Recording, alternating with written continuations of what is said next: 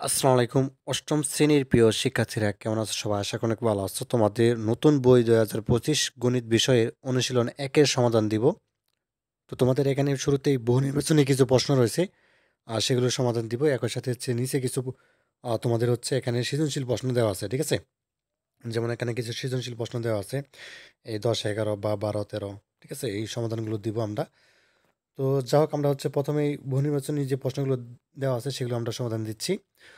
তো এখানে খেয়াল করো ১ নম্বরে আমাদেরকে যেটি বলছে ৩ ক্রমের ম্যাজিক বর্গ গঠনে মানে কোনগুলো ব্যবহৃত হয়? তো এখানে আমাদের দেওয়া আছে ম্যাজিক সংখ্যা হবে ১৫ এবং কেন্দ্রে ছোট বর্গক্ষেত্রের সংখ্যাটি হবে ৫ এবং তারপরে ৩ নম্বরটা বলছে যে ক্ষুদ্র বর্গক্ষেত্রগুলোতে ১ থেকে ১৫ পর্যন্ত ক্রমিক স্বাভাবিক সংখ্যা বসানো থাকে। তো এই ৩ টি থেকে কোন দুটি সঠিক বা কোনটা সঠিক সেটা যদি আমরা নির্ণয় করি সেটা হচ্ছে আমাদের সঠিক হবে ক নাম্বারটা। ১ এবং ২ এই দুটি মিলে আনসার হবে অর্থাৎ ম্যাজিক সংখ্যা হবে ১৫ এবং কেন্দ্র ছোট বর্গক্ষেত্রে সংখ্যাটি হবে কত? ৫। তো যাই হোক ১ এর উত্তরটি হবে আমাদের এই ক নাম্বার। তারপর দেখো ২ নাম্বার প্রশ্ন। তো ২ নম্বরে বলছে আমাদের নিচের কোন ফলাফলটি ৯ দ্বারা বিভাজ্য সংখ্যা? ঠিক আছে? তো নিচে ফলাফল দেওয়া আছে এখানে ৪ টি। তো এখান থেকে কোনটি আসলে ৯ দ্বারা বিভাজ্য সংখ্যা সেটাই আমাদেরকে বলছে। তো এখানে ৯ দ্বারা বিভাজ্য সংখ্যা হবে আমাদের এই ৭৫ থেকে ৫৭। ঠিক আছে? অর্থাৎ ৭৫ মাইনাস ৫৭ এটা হবে আমাদের। ঠিক আছে? আচ্ছা তারপর দেখো আম ৪ টা ৯ কোন বীজগণিতীয় রাশির শততম পদ? ঠিক আছে? তো ৩ নম্বর প্রশ্নের উত্তরটি হবে এটাও গ নাম্বারটা অর্থাৎ ক স্কোয়ার মাইনাস ১। ঠিক আছে? আচ্ছা তারপর দেখো ৪ নম্বর প্রশ্ন। তো ৪ নম্বর প্রশ্ন যে ক সংখ্যক ক্রমিক স্বাভাবিক বেজোড় সংখ্যার যোগফল কত? তো যোগফল হবে তোমাদের এটা হবে তোমাদের গ নাম্বার অর্থাৎ ক স্কোয়ার স্কোয়ার। ঠিক আছে? মানে কর উপরে যে ২ দেওয়া আছে এটা। আচ্ছা তারপর দেখি আমরা বাকিটি ৫ নাম্বারটা। তো ৫ নাম্বারে বলছে ১ থেকে ১০০ এর মধ্যে কতটি সংখ্যাকে ২টি স্বাভাবিক সংখ্যার বর্গের যোগফল আকারে প্রকাশ করা যায়? তো ৫ নাম্বার উত্তরটি হবে এটাও গ নাম্বারটা হবে অর্থাৎ ৩৫টি হবে। ঠিক আছে? ১ থেকে যদি ১০০ মধ্যে তুমি যদি করো তাহলে ২টি স্বাভাবিক সংখ্যার বর্গের যোগফল আকারে প্রকাশ করা যাবে ৩৫টি। আচ্ছা নিচে একটা উদ্দীপকের মধ্যে দেওয়া আছে এবং উদ্দীপকের আলোকে ৬ এবং ৭ এর উত্তর দিতে বলছে। তো এখানে কিছু সংখ্যার মতো দেওয়া আছে। তো একটি ম্যাজিক বর্গ। তো এখানে বলছে ক চিহ্নিত, ঠিক আছে? ক চিহ্নিত স্থানীয় উপযুক্ত সংখ্যাটি কত হবে? এই যে মাঝখানে যেটা আছে ক চিহ্নিত এখানে আসলে কত বসবে? ঠিক আছে? সেটা আমাদেরকে বলছে। তো ৬ নম্বর প্রশ্নের উত্তরটি হবে তোমাদের গ নাম্বার ১৫ হবে। ঠিক আছে? তো এখানে হচ্ছে আমাদের ১৫ হবে এবং ৭ নম্বর প্রশ্নটি বলছে ম্যাজিক বর্গের বর্গটির ম্যাজিক সংখ্যা কত? তো এটা হবে তোমাদের এখানে ৭ এর হবে তোমাদের এখানে ৪৫। ঠিক আছে? আচ্ছা ৮ নাম্বার বলছে যে প্রথম ৩টি বেজোড় স্বাভাবিক সংখ্যার যোগফল একটি কি হবে? আ ৮ নাম্বার প্রশ্নের উত্তরটি হবে তোমাদের এখানে ক নাম্বার। ঠিক আছে? তো ক নাম্বার এখানে কি দেওয়া আছে? ১ এবং ২ এই দুটি মিলে আনসার হবে অর্থাৎ পূর্ণবর্গ সংখ্যা এবং বেজোড় সংখ্যা এই দুটি মিলে আনসারটি হবে ক নাম্বার। তো অষ্টম শ্রেণীর প্রিয় শিক্ষার্থীরা তোমরা ইতিমধ্যে জানো তোমাদের এসিএস ফিউচার স্কুল থেকে অ্যাডমিশন কার্যক্রম শুরু হয়েছে। তো এই ভিডিওটির কমেন্টে এবং এই ভিডিওটির ডেসক্রিপশনে লিঙ্কটা দেওয়া আছে। তো এখানে আসার পর তুমি ওয়েবসাইটে আসার পর ক্লাস 8 উপরে যে লেখা আছে এখানে ক্লিক করবা। দেন হচ্ছে তোমার এইভাবে হচ্ছে এখানে তো এইভাবে চলে আসবে এবং এখানে একটা ডেমো একটা ভিডিও রয়েছে ভিডিওটা দেখে নিতে পারো এবং তোমাদের সকল শিক্ষকের তালিকা এখানে দেখতে পাবা কে কোন বিষয় তোমাদেরকে পড়াবে এবং তুমি হচ্ছে কোর্স সম্পর্কিত কোনো প্রশ্ন থাকলে সেগুলো কিন্তু নিচে দেওয়া আছে এবং আনসার সহ এবং তোমাদের কী কী বিষয় অর্থাৎ পড়ানো হবে এবং কী কী বিষয় থাকতেছে এবং কোর্সটা কীভাবে কিনবে বা কতদিন এনরোল থাকবে, কোর্স ফিটা আসলে কীভাবে পরিশোধ করবা সব কিছু কিন্তু নিচে দেওয়া আছে। ঠিক আছে? আমি যদি তোমাদেরকে একটু দেখাই নিচে অংশে যে কোর্স সিলেবাসটা এখান থেকে ডাউনলোড করতে পারবা, সব কিছু করতে পারবা। তো যা হোক এখানে তোমাদেরকে ভর্তি হতে হবে শুরুতে যে ভর্তি হওয়া লেখা আছে এখানে ক্লিক করলে তুমি হচ্ছে এখানে একটা ফোন নাম্বার চাবে নিচে দিয়ে আসি ফোন নাম্বার দাও তো ফোন নাম্বারটা দিবা যেখানে একটা ফোন নাম্বার দিলেই হবে ওটিপি দিয়ে এগিয়ে যাবা এবং ওটিপি যাবে ৬ সংখ্যার ওটি দেন হচ্ছে তুমি তার পরবর্তী ধাপে বসিয়ে তুমি হচ্ছে তথ্য দিয়ে পাসওয়ার্ড দিয়ে এখানে হচ্ছে ভর্তি হয়ে যাবা এবং তোমার পছন্দের যে কোর্সটা নিতে চাও সেটা হচ্ছে এনরোল করে ফেলবা।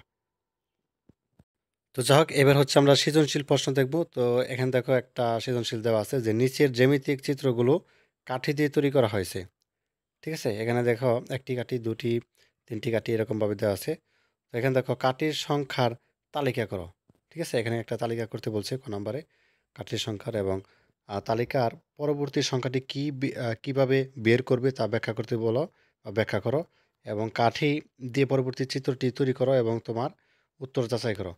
তো চলো এই সৃজনশীল প্রশ্নের উত্তরটা তোমাদেরকে দেখাই।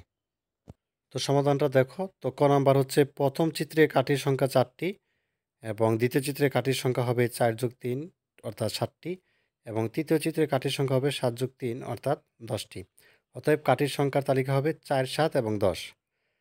আচ্ছা, খ নাম্বার বলছিল আমাদের।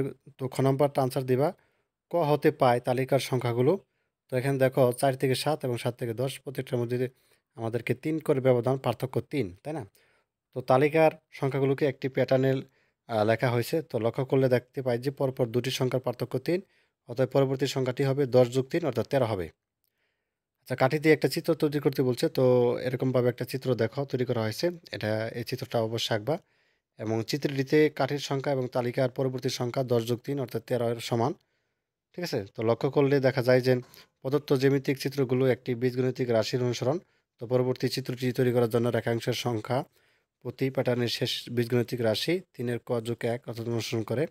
তো এখানে ক সমান সমান 1 হলে 3 ক যোগ 1 সমান 3 গুণ 1 অর্থাৎ প্লাস 1 অর্থাৎ 4 হয় এবং ক 2 হলে 3 ক যোগ 1 সমান সমান 3 গুণ 2 যোগ 1 অর্থাৎ 7 হবে এবং ক সমান সমান 3 হলে 3 ক যোগ 1 এবং সমান সমান 3 গুণ 3, 3 3 9 যোগ হচ্ছে 1 অর্থাৎ 10 হবে, তারপরটা হচ্ছে 13 হবে।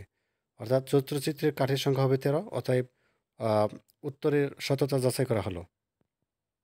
আচ্ছা, তারপরে হচ্ছে যে সৃজনশীলটা দেওয়া আছে দেখো, দেশলাইয়ের কাঠি দিয়ে নিচে চিত্রগুলোর প্যাটার্ন তৈরি করা হয়েছে। মানে দেশলাইয়ের যে কাঠি আছে তোমরা তো চিনোই। দেখো প্রথম চিত্র, দ্বিতীয়, তৃতীয় নাম্বার চিত্র, তাই না? তো চতুর্থ চিত্রে দেশলাইয়ের কাঠির সংখ্যা বের করো। এখানে কিন্তু 3টা চিত্র দেওয়া আছে, কিন্তু চতুর্থ চিত্রটা কীরকমভাবে হবে বা কাঠির সংখ্যা কীভাবে বের করব সেটা আমাদেরকে বের করতে বলছে এবং ক্ষয়ে বলছে প্যাটার্নটির পরবর্তী সংখ্যাটি কীভাবে বের করবে তা ব্যাখ্যা করো এবং শততম প্যাটার্নটি তৈরি করতে কতগুলো দেশলাইয়ের কাঠি প্রয়োজন। ঠিক আছে? তো চলো এই প্রশ্নগুলোর আনসার তোমাদেরকে দেখাই। আচ্ছা, ক নাম্বারটা দেখো যে প্রথম প্যাটার্নের ত্রিভুজ একটি কাঠির সংখ্যা 3টি, তাই না? তো দ্বিতীয় প্যাটার্নে ত্রিভুজ 2টি অর্থাৎ কাঠির সংখ্যা হবে 3+2 অর্থাৎ 5টি আছে। আর তৃতীয় প্যাটার্নে ত্রিভুজ 3টি অর্থাৎ কাঠির সংখ্যা আছে 5+2 অর্থাৎ 7টি আছে।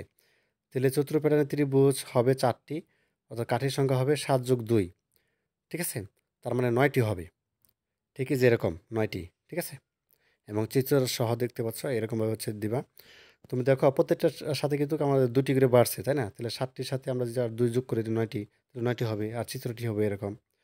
আচ্ছা, খ নাম্বার ক হতে পায় প্রথম ও দ্বিতীয়, তৃতীয় ও চতুর্থ প্যাটার্নের কাঠির সংখ্যা যথাক্রমে 3টি, 5টি, 7টি ও 9টি।